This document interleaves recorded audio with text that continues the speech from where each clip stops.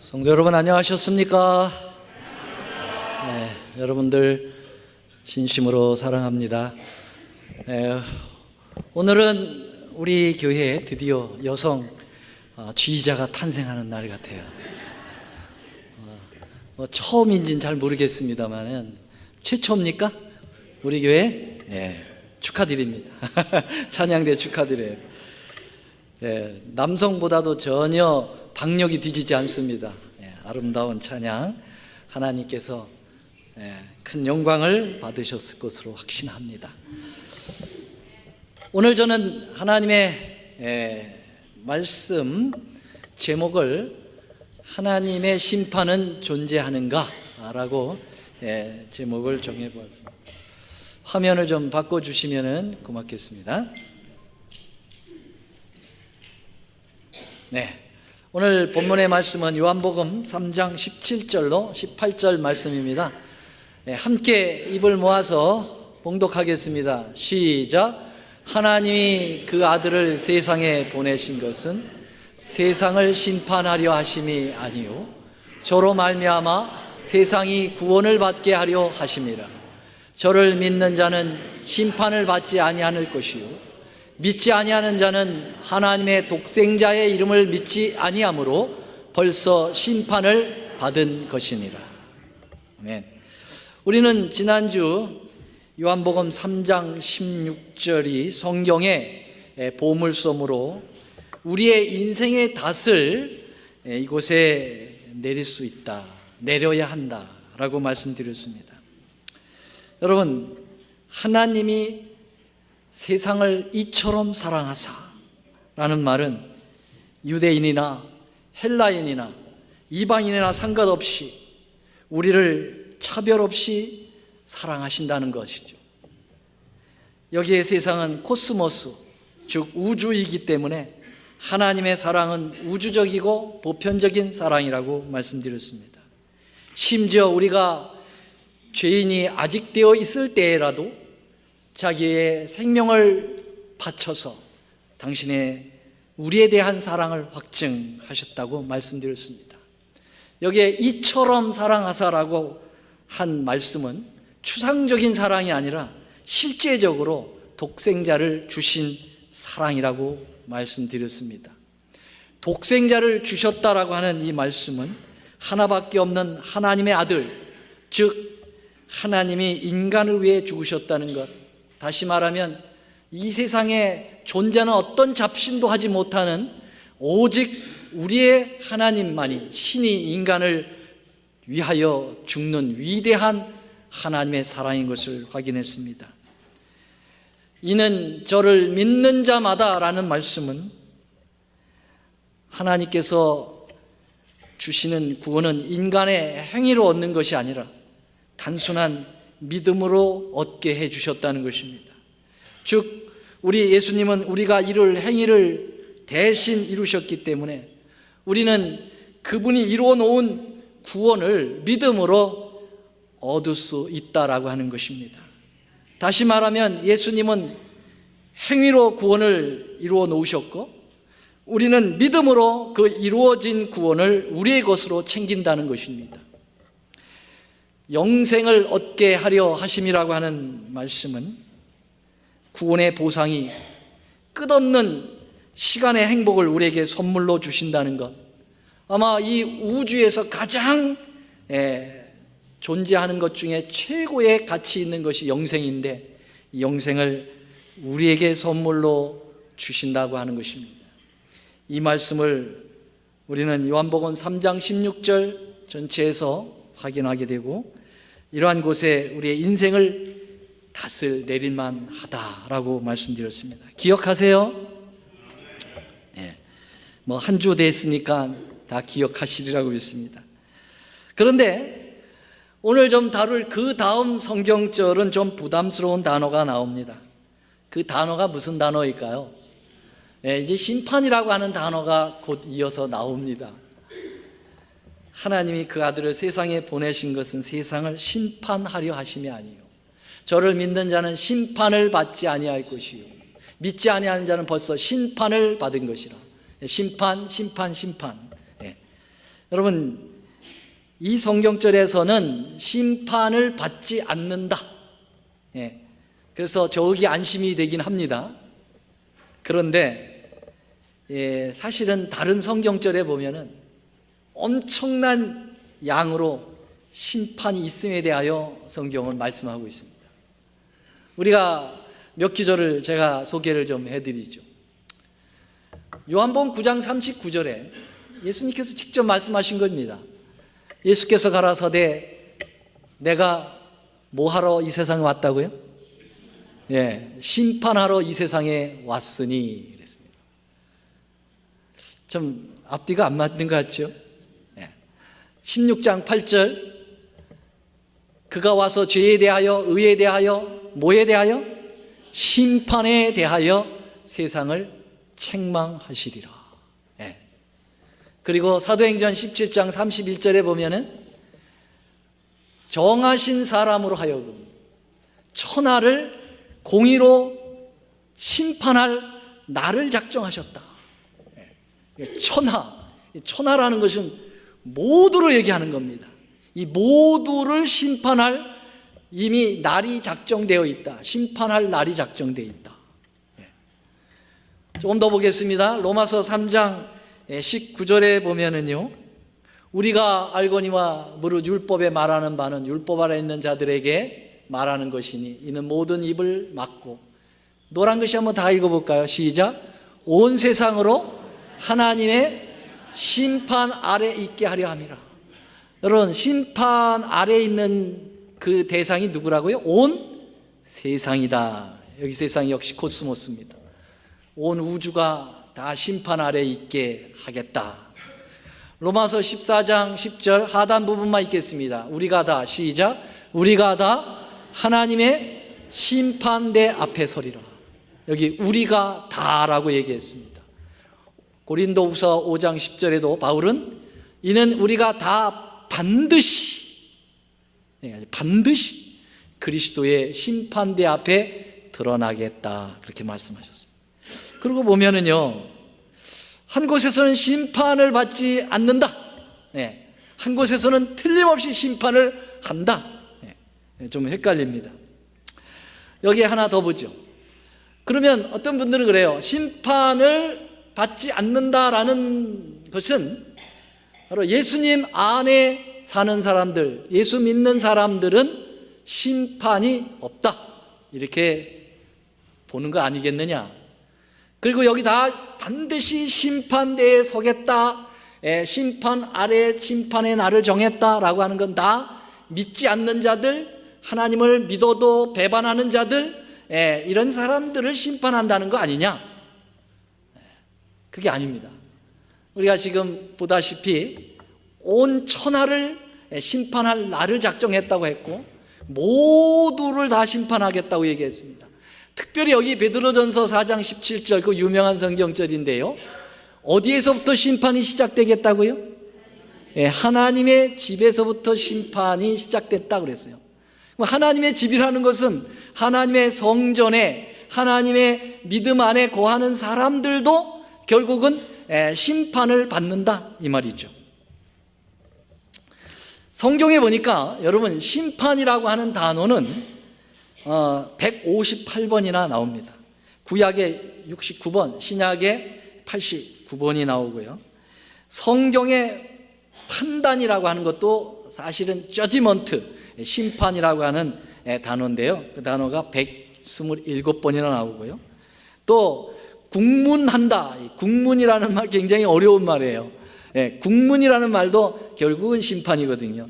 그 말이 29번이나 나옵니다. 그래서 통틀어서 이 심판과 관계된 말이 성경에 자그만치 314번이나 나온다고요.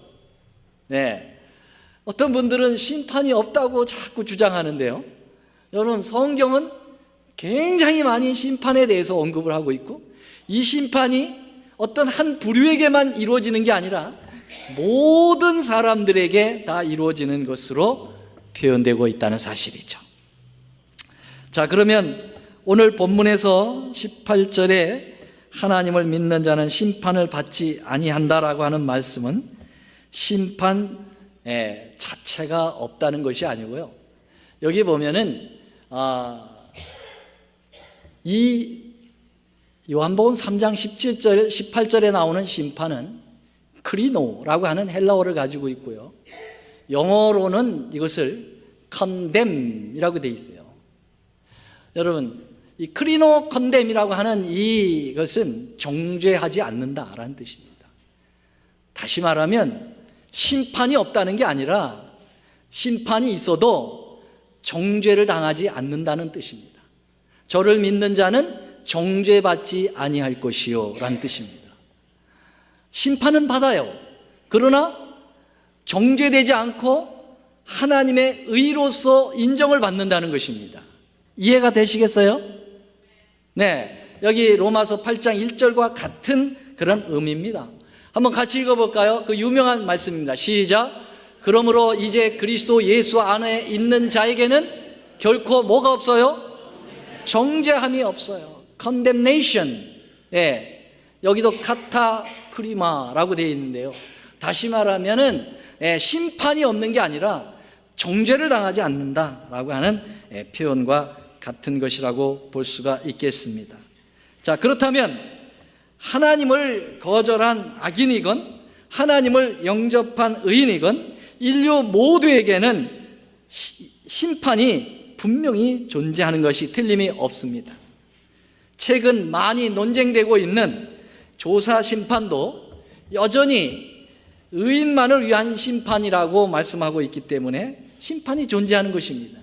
여러분, 조사 심판은 특별히 재림전 심판으로 구원받을 자들을 위한 심판이라고 얘기했기 때문에 의인도 심판을 받는다는 것이 맞죠. 자, 그러면 여러분, 심판이라고 하는 것은 다 부정적입니까? 어떻게 생각하세요? 심판은 다 나쁜 겁니까? 물론 심판, 재판이라는 이 단어는 우선 기분이 나쁩니다. 좋진 않아요. 그렇죠? 왜냐하면 우리가 늘 접하고 있는 매스컴에 나오는 모든 재판은 거의 다 범죄를 저지른 죄인을 정죄하기 위하여 다루는 재판이 다 뉴스로 나오기 때문에 재판받는다 그러면 저 사람 죄인 되는구만, 아주 나쁜 짓을 했구만. 그래서 아주 재판, 심판이라는 말은 아주 부정적 그런 인식이 가득하게 나옵니다. 여러분, 재판 받아보신 분 있으십니까? 여기 법정에 서신 분 있으세요? 벌써 손을 안 드시네. 보니까 부정적이기 때문에 있는데도 안 드는 것 같아, 내가 보기에는. 그런데 저는 늦게 뛰어가지고. 그렇죠. 그것도 재판이죠. 저도 재판을 받았습니다. 제가 청년 시절인데, 한창 오토바이 그 무면허 단속 기간에 제가 딱 걸려가지고, 현장 체포돼서 용인경찰서 유치장에 갇혔지 않습니까? 거기서 끝나는 줄 알았더니, 즉결 재판을 받아야 된다나요? 그러더니 호송차에다가 태워가지고 제가 피고라고 그럽니다. 피고 여기 타라고. 그래가지고 여러 명, 한 20명 걸렸어요. 타고 수원 지방법원 법정에 저희들을 데려갔습니다. 쫙 앉혀놓더니 법관이 딱 등장하니까 까만 법복을 입고 딱 들어오는데 얼마나 무섭던지. 그랬더니 여기 서기가 기립, 전체 기립! 그랬더니 버떡 일어나는 거예요. 안 일어나면 또 큰일 나요. 법관이 딱 서니까 착삭! 근데 하나씩 사실 심리를 하는 거예요. 근데 제 차례가 왔어요. 피고 홍두표 딱 그러더라고요. 와, 제가 피고 소리를 다 들어본 사람입니다. 대단한 사람이에요. 그랬더니 왜 면허증 없이 오토바이 타고 난리야? 그랬더니 벌금 5,000원 딱 때리더라고요. 그래서 제가 법정에 선 사람이에요. 그래서 법정이라는 게 얼마나 아주 별것도 아닌데 굉장히 무섭더라고요. 그러나 여러분, 하나님께서 하시는 심판은 부정적인 것이 아닙니다. 다 부정적인 것이 아니에요. 부정적으로 생각하는 것들은 이제 죄인들이 심판받을 때 힘들어하죠. 그러나 많은 부분에 있어서 하나님의 심판 가운데는 긍정적 심판이 굉장히 많이 나온다는 것입니다. 여러분, 아담과 하와가 범죄했을 때 조사 심판 받았을까요? 아담과 하와가 선악과 딱 따먹었을 때 하나님께서 바로 조사도 안 하고 직결 재판을 내렸을까요? 아니에요. 조사 심판하셨습니다. 여기 보면은 여러 번 질문을 던지셨습니다. 범죄한 아담과 하와에게 네가 어디 있느냐? 이거는 어떤 공간적 질문이 아닙니다. 야, 도대체 너 어디 숨어 있는 거야? 내가 도대체 못 찾겠어. 뭐 숨바꼭질의 그런 질문이 아닙니다. 주님이 다 아시죠? 근데 네가 어디 있느냐라는 말은 네가 무슨 짓을 저지르고 네 마음의 지금 상태는 어떠냐라고 하는 사실 심리를 하고 계신 거예요. 다시 그 따지고 보면 조사 심판하고 있는 것입니다. 그 다음에 뭐라고 그랬어요? 가라사대 누가 너의 벗었음을 내게 고하였느냐? 네가 왜 벗게 되었느냐? 네가 왜 창피를 지금 경험하고 있느냐? 또 내가 너더러 먹지 말라 명령한 그 나무 실과를 내가 먹었느냐? 사실을 인정하라고 하는 것입니다. 이러한 과정을 다 거친 다음에 주님께서 선언을 하시게 된 것이죠. 그리고 뱀을 정죄합니다. 여기 또 내가 어찌하여 이렇게 하였느냐? 아담에게도 질문을 던졌고 하와에게도 질문을 던졌고, 그리고는 뱀에게는 선언을 합니다. 뱀에게는 내가 이렇게 하였으니 내가 모든 육축들과 모든 짐승보다 더욱 저주를 받아 배로 다니고 종신토록 흙을 먹을지어다 심판을 결정을 하신 것입니다. 그리고 바로 이러한 조사 심판으로 인하여 주님께서 이런 선언을 하실 수가 있었던 거죠. 창세기 3장 15절 구속의 경륜입니다. 우리가 잘 아는 대로 내가 너로 여자와 원수가 되게 하고 너의 후손도 누구의 후손과? 여자의 후손과 원수가 되게 하리니 여자의 후손은 내 머리를 상하게 할 것이요 너는 그의 발꿈치를 상하게 할 것이니라. 여기에 키워드는 뭐죠? 여자의 후손입니다. 여자의 후손은 보통 명사라고 그랬습니까? 고유 명사라고 그랬습니까? 여자, 보통 명사예요. 누구나 다 여자 있어요. 이 여자 저 여자 다 할 수 있어요. 후손, 많이 후손이 있어요. 다 보통 명사입니다. 그런데 이걸 붙여놓으면 여자의 후손 하면은 보통이에요? 고유예요? 고유의 명사로 돌아갑니다. 왜냐하면 여자의 후손은 오직 우주의 한 존재밖에 없기 때문입니다. 누굽니까? 예수 그리스도십니다. 예수님만이 남자와 상관없이 여자의 몸을 통해서 태어나셨기 때문에 예수님만이 여자의 후손입니다. 바로 이 여자의 후손인 예수님, 메시아, 구세주, 뱀의 사단의 머리를 깨부실 존재로서 예수님의 그 놀라운 오실 그 메시아를 예고하고 있었던 것이 바로 창세기 3장 15절이고 창세기 3장 15절이 선포되기 전에 예수님은 많은 죄인들과 사실심리 조사 심판을 통해서 이 메시아를 선언하여 주셨다고 하는 사실입니다. 그러므로 여러분, 심판이라고 하는 것은 무조건 나쁜 게 아니에요. 여기 하나님의 심판은 특별히 메시아를 주겠다고 하는 약속을 위한 그러한 전제된 심판이었다고 하는 사실을 볼 때 여러분, 조사 심판은 굉장히 우리에게 유리한 심판이라고 하는 사실을 우리에게 보여주고 있는 것입니다. 우리 노아 홍수를 한번 보겠습니다. 노아 홍수라고 하는 거대한 지구 전체를 심판하는 그 사건에 있어서 주님은 역시 사실 심리 조사 심판을 하고 계십니다. 창세기 6장 5절에 보면 모든 세상의 사람들이 그 마음의 생각이 모두 계획이 항상 악할 뿐임을 보셨다라는 것이에요. 그냥 무조건 심판하시는 것이 아니라 주님은 그 상태를 다 미리 살펴보셨다는 것입니다.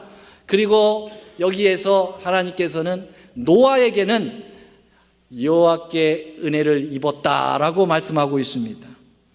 이 노아 방주를 지으라고 말씀하시면서 그 방주를 탈 자리를 제공하시고, 그리고 120년이라고 하는 집행유예 기간을 주시고 언제든지 돌아올 수 있도록 강조하시면서 주님께서 조사 심판을 하셨다는 사실은 멸망을 위한 것이 아니라 어떻게든지 한 명이라도 구원하시고 싶어 하셨던 주님의 모습을 바로 이 노아 홍수 이전의 조사 심판을 통해서 보게 되는 것입니다. 여러분, 하나님의 심판은 심판의 목적이 있지 않아요. 그 심판을 통해서 구원시키고자 하는 하나님의 강렬한 의욕을 우리에게 보이고 있다고 하는 사실을 우리에게 보여주고 있는 것입니다. 믿으십니까? 그래서 여러분, 우리는 성경에 나오는 심판은 두려워할 그런 단어입니까? 아니면 즐겨하고 반겨야 될 단어입니까? 네. 여러분, 이스라엘 백성들이 애굽으로부터 지금 이제 나오게 되는 그러한 놀라운 사건이 있게 되죠. 이제 애굽 백성들에게 있어서는 이제 심판을 받아야 될 대상입니다. 그리고 그 애굽 안에서 하나님의 제사장 나라였지만은 그 역할을 다 잊어버리고 400여 년 동안 종살이하면서 침체되어 있었던 이스라엘 백성들은 구원을 받아야 될 그러한 입장에 있었던 것이죠. 이때 주님은 이 이스라엘 백성들을 구원해내는 일에 역시 조사 심판을 시작하는 것입니다. 그래서 여호와께서 가라사대 내가 애굽에 있는 내 백성의 고통을 정령히 보고 그들이 그 간역한 자로 인하여 부르짖음을 듣고 그 우고를 알았다. 주님이 이미 그 상황을 다 파악을 하셨습니다. 그리고 애굽 사람이 그들을 괴롭히게 하는 그 학대도 내가 보았다. 네. 그러므로 이제 나는 이 애굽을 심판하게 될 것이다. 그러나 이 애굽을 심판함에 있어서 너희들은 이제 내가 은혜를 베풀어 나오게 하는 은혜를 줄 테니까 너희들은 이 은혜에 동참하게 되기를 바란다 하면서 심판을 하시는 거예요.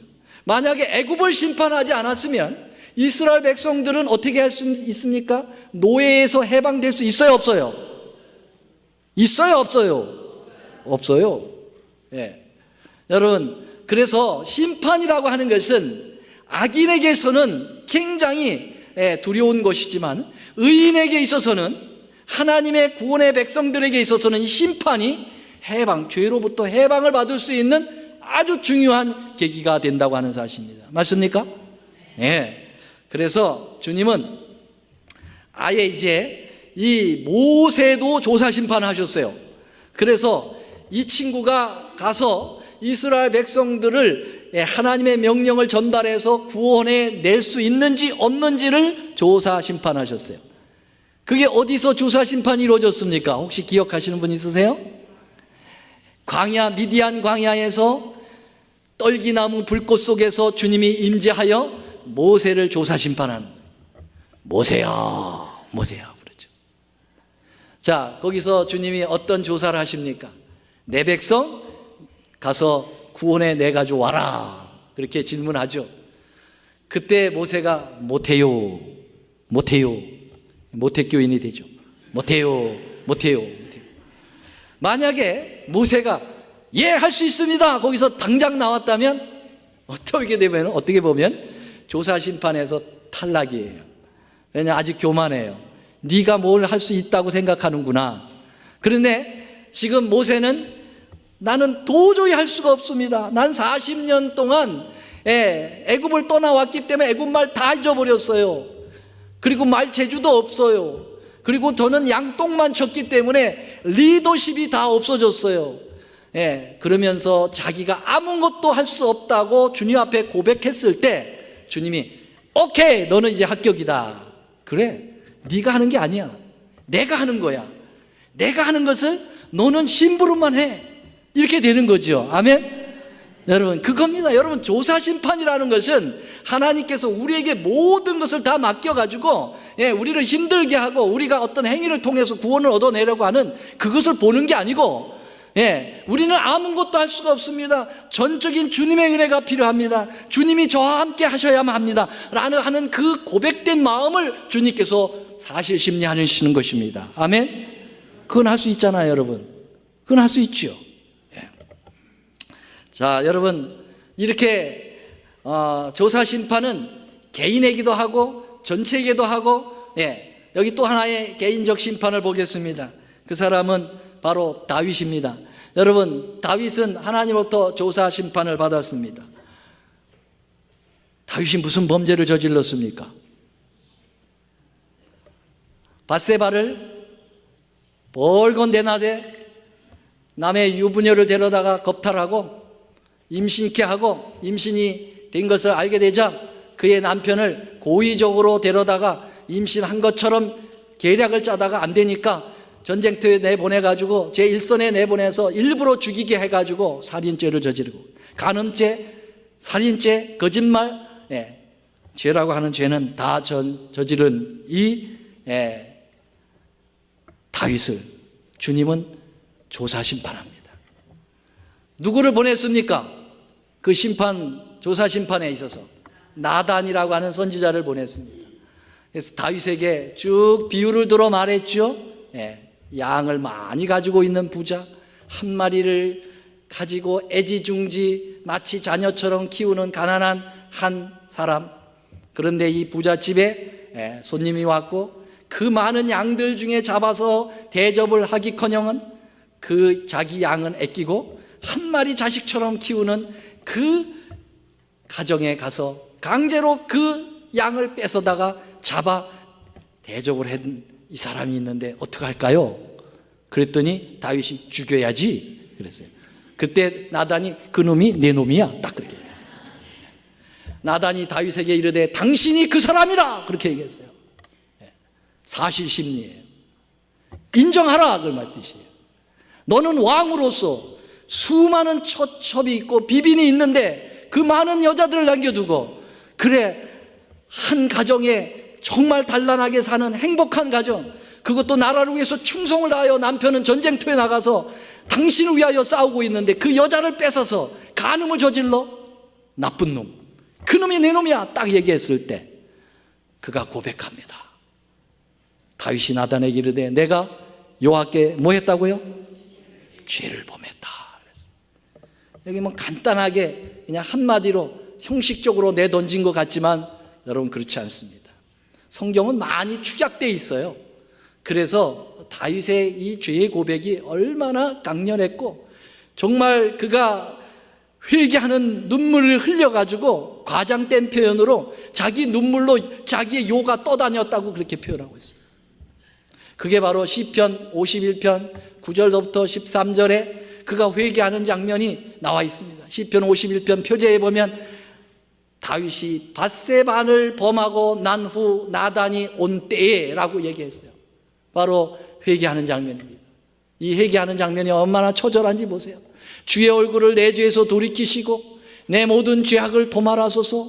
하나님이여 내 속에 정한 마음을 창조하시고 내 안에 정직한 영을 새롭게 하소서. 나를 주 앞에서 쫓아내지 마시며 주의 성신을 내게서 거두지 마소서. 주의 구원의 즐거움을 내게 회복시키시고 자원하는 심령을 주사 나를 붙드소서. 그리하면 내가 범죄자에게 주의 도를 가르치리니 죄인들이 주께 돌아오리다 라고 하는 간절한 고백을 하고 있고요.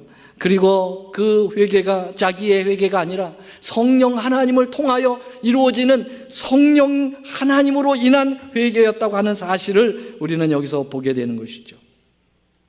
사랑하신 여러분, 바로 이러한 조사 심판을 통해서 다윗은 범죄자에서 하나님께서 그래 내 친구라고 하는 의인으로서 돌이켜가게 하는 중요한 그런 역할이 바로 조사심판이었다고 하는 사실입니다. 우리는 다니엘서에서 많이 공부했습니다마는 분명하게 하나님께서 온 인류를 향하여 지금 조사심판을 하고 있음을 보게 되는데요, 이것은 부정적 심판이 아니라고 생각할 수 있습니다. 분명히 하나님께서 의의 심판을 하고 있음에 대하여 지금부터 다니엘서와 히브리서를 연결하여 다시 한번 확인해 보겠습니다. 7장 9절 다 같이 읽겠습니다. 시작. 내가 보았는데 왕자가 놓이고 옛적부터 항상 계시니가 뭐 하였다고요? 여러분, 법정이 차려진 겁니다. 하늘 보좌에 지금 하나님이 앉아 계시고 지금 엄청난 법정이 차려지고 있는 거예요. 그걸 어떻게 할 수 있느냐? 7장 10절 하단입니다. 그 수종 드는 자는 천천히요 그 앞에 쉬한 자는 만만이다. 이 말은 모든 천사들, 우주 거민들이 지금 법정 안에 방청객으로 앉아있는 모습을 보여지고 있습니다. 그런데 보세요, 그것이 바로 법정이라고 하는 사실이 여기 있습니다. 노란 글씨, 시작.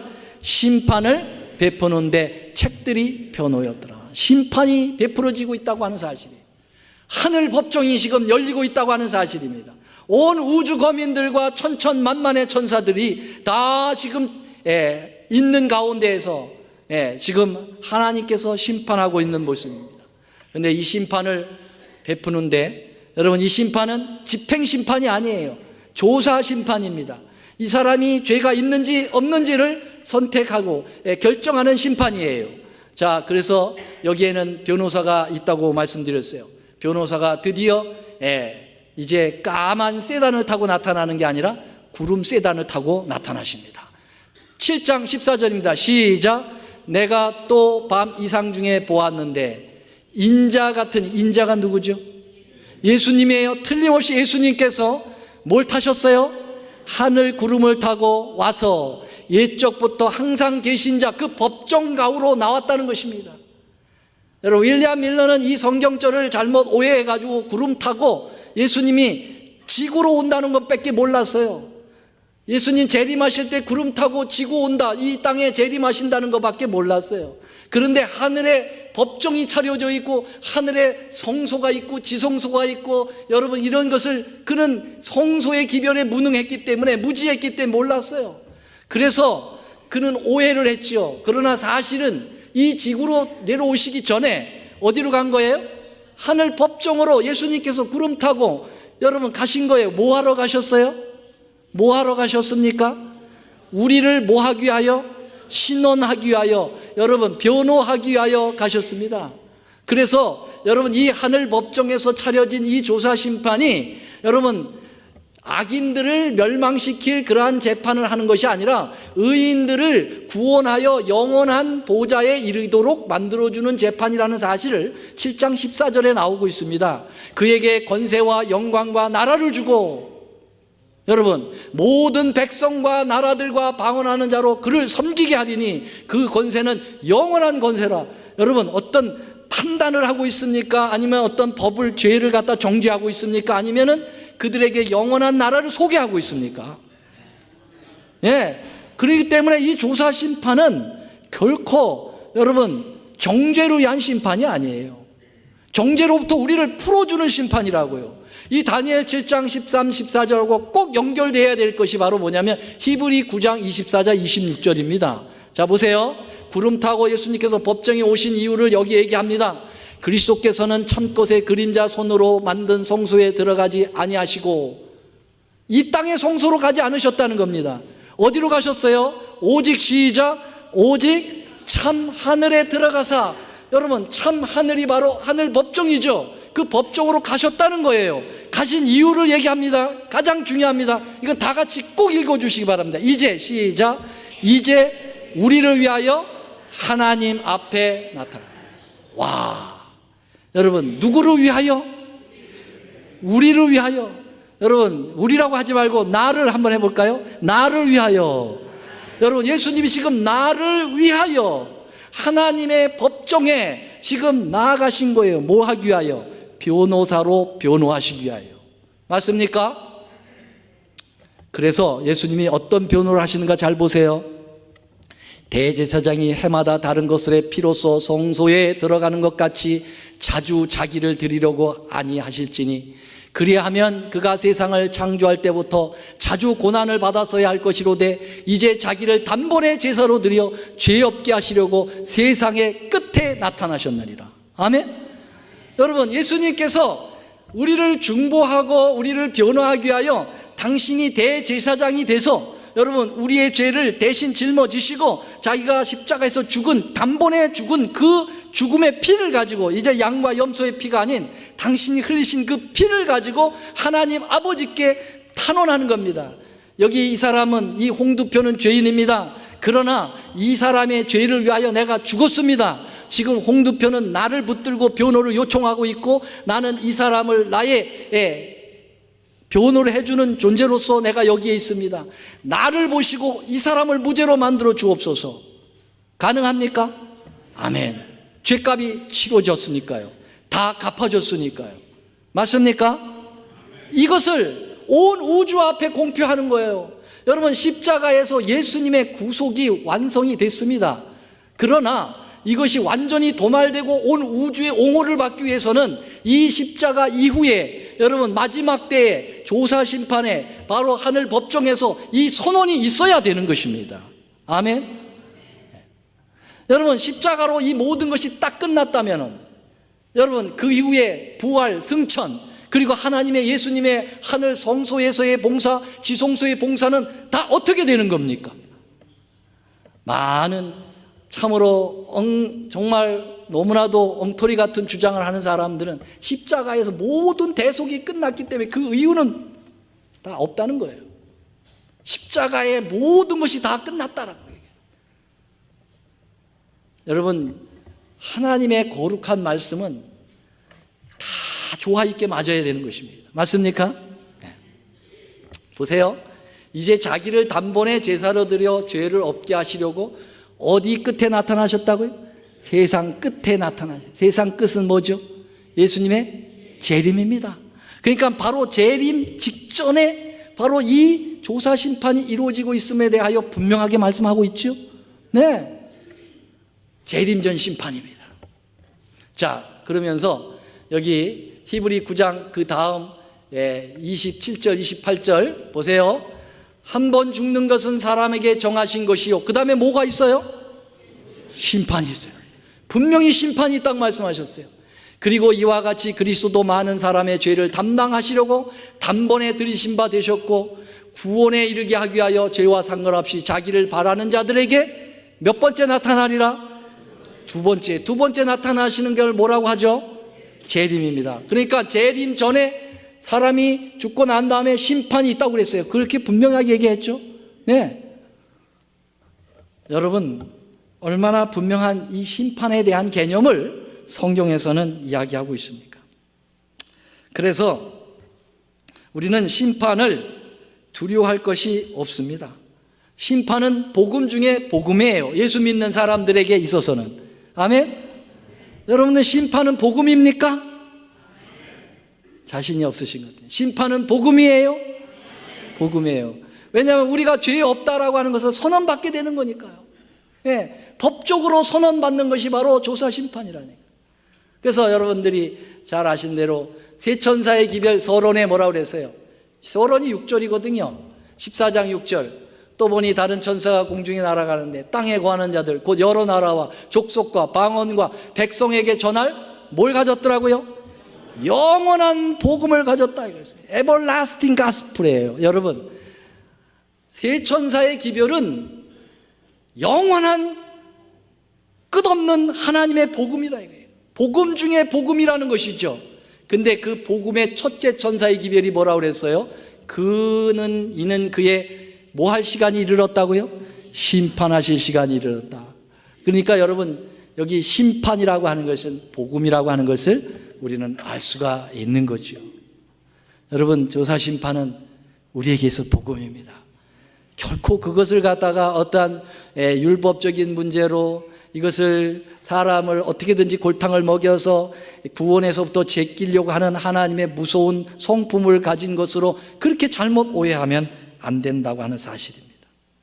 여러분, 하나님의 심판의 본질적 의미는 적어도 몇 가지로 말씀드릴 수 있습니다. 간략하게, 첫째는 하나님의 심판은 의롭게 하신다는 하나님의 행위의 선언이십니다. 한번 따라해 보실까요? 심판은 의롭게 하신다는 하나님의 행위의 선언이시다. 이 말은 다시 말하면 칭의라고 하는 거예요. justification. 우리는 하나도 의롭지 않은데 너 의롭다라고 인정해 주는 거, 이거 갖다가 칭이라고 하거든요. 여러분, 우린 칭의 때문에 우리가 의로워지는 겁니다. 맞습니까? 우리가 의롭기 때문에 의로운 게 아니라 하나님이 하나도 의롭지 않지만 의롭다고 우리 주님께서 칭의 이렇게 말해 주시기 때문에 우리는 의로운 것입니다. 맞습니까? 여러분, 의라는 말은, righteousness라고 하는 말은, 이것은 법적 용어입니다. 죄가 없다 할 때 의롭다 하는 것입니다. Not guilty 이렇게 하는 거예요. 마지막 최종적으로 법관이 이제 선언할 때 그 죄인에 대한 모든 것을 다 사실 심리하고 그리고 배심원들하고 다 의논하고 최종 이제 법정 선언을 할 때 righteousness, 옛날은 그렇게 했다 이 말이에요. Not guilty 그렇게 하지 아니하고 옛날 법정에서는 righteousness, 의롭다 그렇게 얘기해요. 그 의롭다는 것은 죄가 없다 그런 선언을 해준 것입니다. 여러분, 우리는 왜 의롭게 됐는가? 예수 그리스도께서 내 죄를 다 십자가에서 속죄해 주셨기 때문에 우리가 그것을 믿으면 그것을 인정하여 의롭도록 해 주셨다고 하는 사실입니다. 믿습니까? 이게 조사 심판에서 이루어지는 의미라고 하는 것입니다. 둘째는 하나님의 심판은 영생을 선언하시는 것입니다. 단순히 이 땅에서 50년, 100년을 더 살게 하는 것을 선언하시는 것이 아니라 우리 심판에서 주님께서 우리에게 선언하시는 것은 영원한 생명, 영원토록 사는 그 생명을 선언해 주셨다는 것입니다. 셋째로는 바로 이 심판은 우리를 죄의 종이라든지 노예 상태로부터 건져냄을 의미합니다. 죄의 중독으로부터 우리를 건져내시고 진정한 삶의 자유를 주시는 것을 의미하는 것입니다. 한 번 선언을 끝나는 것이 아니라 우리가 그 죄의 노예로부터 계속 나올 수 있도록 우리 주님께서 간섭하시고 영향력을 주시겠다고 약속하여 주시는 것이 바로 주님께서 말씀하시는 심판입니다. 의인들에게 베푸는 심판입니다. 마지막 네 번째는 옹호적 의미가 있습니다. 하나님의 심판은 우주에서 당신의 공의를 선포하시는 것이고 그리고 우리 죄인들을 끊임없이 옹호하고 신원해서 하나님의 의 가운데 머물게 하겠다고 하는 그 사실을 우리에게 표현하고 있다고 하는 사실입니다. 여러분, 세상 법정에서도 피고의 법적 구속력을 발휘하여 이 원고에게 유익이 돌아가도록 계속 압력을 가하는 것이 이 법정의 심판의 그 중요한 하나의 롤입니다. 역할입니다. 그렇죠? 법만 선언을 해놓고 법정에서 이 사람에 대한 어떤 것을 선언만 해놓고 그냥 끝나는 게 아니라 그 효력이 그 사람을 계속 잘 보호할 수 있도록 해준다 이 말입니다. 예수님만 계시면 우리는 심판을 두려워할 것이 아니라 그 심판을 즐길 수가 있습니다. 아멘입니까? 그래서 우리에게 조건은 심판이 두렵지 않기 위해서는 여러분 예수님을 간직한 채 우리가 심판을 맞이하면 됩니다. 그게 관건이에요. 다 잊어버려도 괜찮습니다. 여러분, 오늘 본문의 말씀이 뭐예요? 예수 안에 거하는 자는 뭐가 없으리라? 심판이 없어요. condemnation, 다시 말하면 정죄가 없는 겁니다. 정죄가 없다는 것은 말이죠, 죄가 있어도 죄로 여겨지지 않고 그것을 의로 여겨준다, 이게 바꿔준다, 그 얘기죠. 자, 오늘 저는 한 말씀을 드리고 말씀을 마치겠는데요, 미국 서부 개척 당시에 있었던 일입니다. 한 청년이 큰 잘못도 없이 평범하게 잘 살다가 그만 이 카드 놀이를 하다가 이 우발적으로 이 권총을 빼들고 덤벼드는 사람을 자위방위적으로 어떻게 하다가 그만 그 권총이 거꾸로 이렇게 잘못돼 가지고 그 사람이 죽었어요. 그래서 이 사람이 이제 결국은 교수형에 처해지게 되었어요. 살인죄로. 그런데 그 가족들과 그 친족들이 탄원했습니다. 이 아이는 평범하게 잘 살았고 순종하게 잘 살았고 그건 정당방위적으로 이렇게 하다가 잘못해서 죽인 거지 결코 의도적으로 죽인 거 아니니까 사면을 요청해달라고 그 사면 그 신원서를 내는데 거기에 대한 진정서를 이웃 사람들 이웃 마을까지 다 돌아다니면서 도장을 받아가지고 이 재판부에 올렸습니다. 이것을 이제 주지사에게 올렸는데 옛날 주지사는 사면령이 있었어요. 그 서부 개척 당시에. 그래서 이 주지사가 정말 엄청난 그러한 도장을 다 받아 사인을 받아가지고 온 그것을 진정서를 보고 감동이 돼가지고 내가 사면을 해야 되겠다 하고 이 사면장을 가슴에 품고 그리고 어떻든 이것은 법적 문제이기 때문에 법관의 옷을 입고 법복을 입고 이제 그 사형수가 갇혀 있는 감방으로 간 것입니다. 가서 이야기를 하려고 그랬더니 이 청년이 벌떡 일어나더니 여기서 나가시오 그러는 거예요. 소리도 말도 들어보지도 않고. 아니 내가 자네에게 할 말이 있어서 왔다고. 그랬더니 당신 같은 사람 벌써 7번이나 왔다 갔다고. 난 필요 없다고. 나가라고 계속 그러는 거야. 아니요 내가 자네에게 아주 좋은 소식을 가져왔다고. 그랬더니 안 나가면 간수를 불러서 내쫓겠다고 그랬어요. 그래서 어쩔 수 없이 그냥 나와서 돌아올 수밖에 없었어요. 간수가 뒤늦게 달려와가지고 지금 주지사가 다녀갔는데 당신의 그 사면령의 편지를 가지고 왔다고. 그때 때가 늦었죠. 그런 줄 몰랐잖아요. 그래서 이 청년이 다시 그 주지사에게 편지를 썼어요. 내가 잘 몰라서 그랬다고. 다시 한번 좀 와달라고 그랬어요.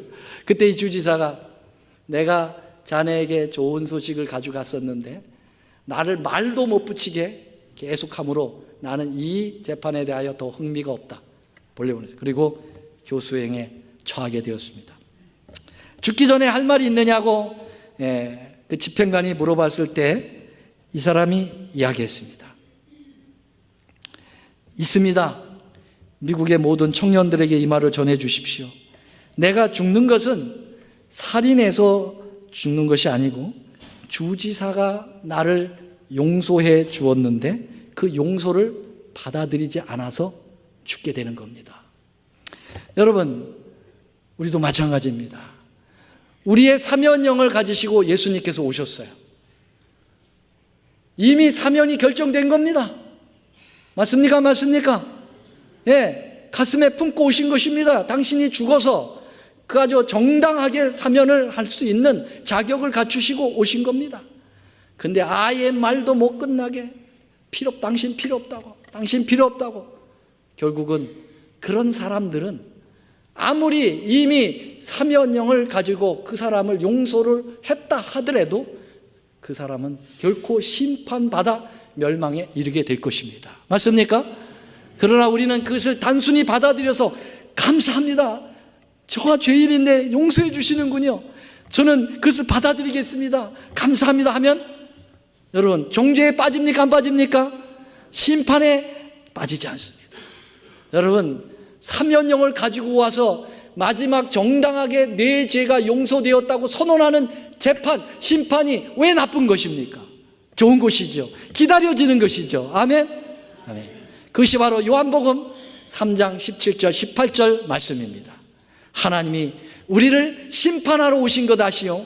우리를 구원하러 오신 것이며 예수님 믿음 안에 거하는 자들은 심판을 받지 아니하리라. 믿습니까? 아멘. 하나님의 위대한 구원의 역사가 여러분들의 삶 속에 깊이 자리하고 그 구원의 확신을 가지고 사시는 여러분과 제가 되기를 간절히 바라면서 오늘 말씀을 드리겠습니다. 사랑의 주님, 주님은 구원주이시며 동시에 심판주이십니다. 구원주에만이 우리에게 필요한 것이 아니라 우리는 심판하시는 하나님도 필요합니다. 하나님께서 심판하여서 악을 징치하셔서 의인이 보호받게 하여 주시고 또 죄인인 우리를 의롭다고 선언해 주시는 그 위대한 그 심판이 우리에게 꼭 필요하오니 아버지 하나님, 예수님을 의지하여 이 심판에서 정죄되지 않고 의인으로 인정받는 그러한 구원의 백성 되도록 축복하여 주시옵소서.